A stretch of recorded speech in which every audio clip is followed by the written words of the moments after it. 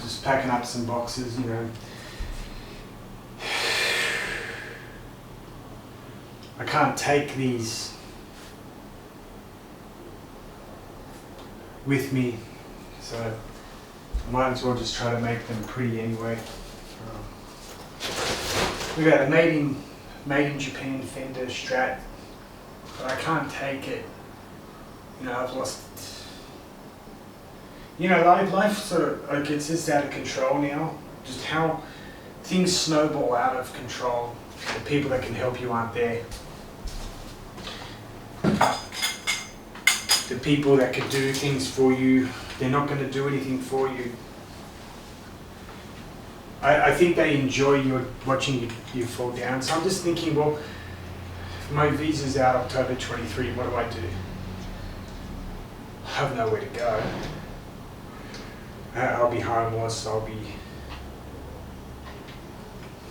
be the end.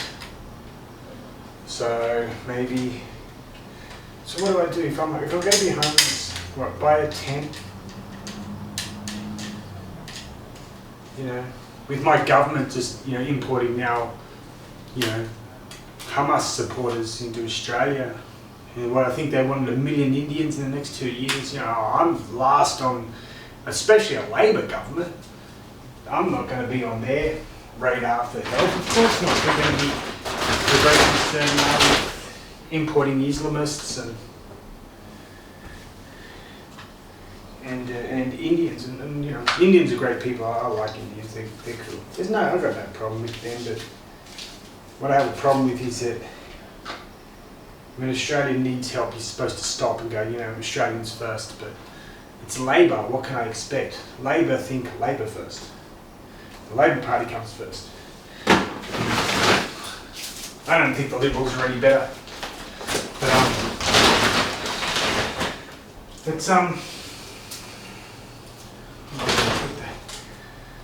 I'm just thinking, what do I do? How do I make money? I've applied for 1,000 jobs. What else can I do?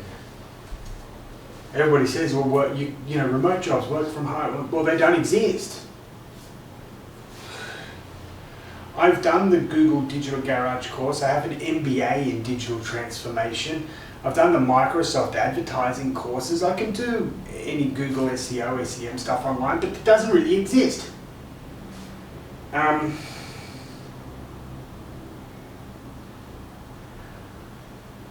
I do think that my only option is to cease to exist. Unless I want to be homeless and destitute and suffering, because I won't get the medical care I need. I won't be able to afford the food I need in Australia.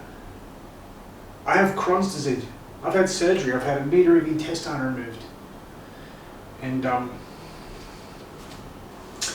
need to eat 1.5 kilograms of chicken mince. It took me 10 years to work this diet out, where I don't feel horrible every day.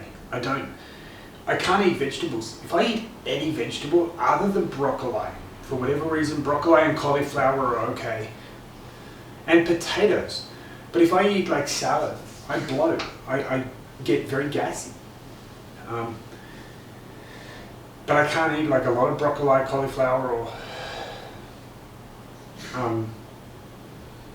potatoes. I can't eat a lot, just a very small amount. But if I eat chicken mince, brown rice, not white rice, and eggs, I'm okay.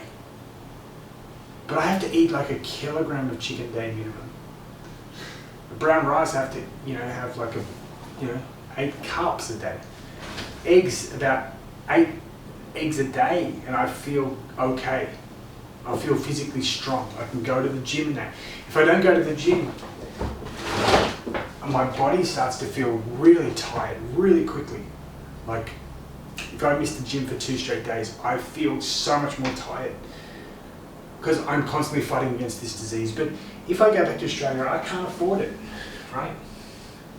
I went back, you know, on the day that I arrived in Australia the day my mother died.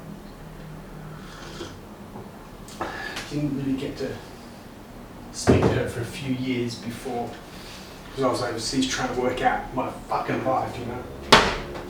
And it didn't work out, but you know, I remember buying half a kilogram of chicken for like $10, and I'm like, fuck, I can't afford to live in this country. And it wasn't even lean, it was just the regular shit. Here I can get the lean for about, you know, Australian $5 a kilo. But, you know, everybody's quick to blame you as well. This is another thing. But they don't know the circumstances surrounding things, you know.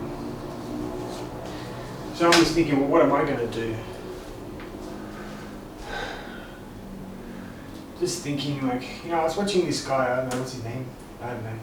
He travels across Australia on a motorbike. I'm just thinking, well, I've got some, can I afford a 10-year-old bike and just ride around Australia and make videos and make money? Well, probably not. I'm tired. Just trying to think of how to make money. I know, I'm just thinking that God has told me you weren't supposed to be born. That's the only message I'm getting now. You weren't supposed to be here. It was my mistake. I come back. That's how I feel about everything, you know. Anyway, I don't think anybody cares. I don't care anymore, you know. I just don't.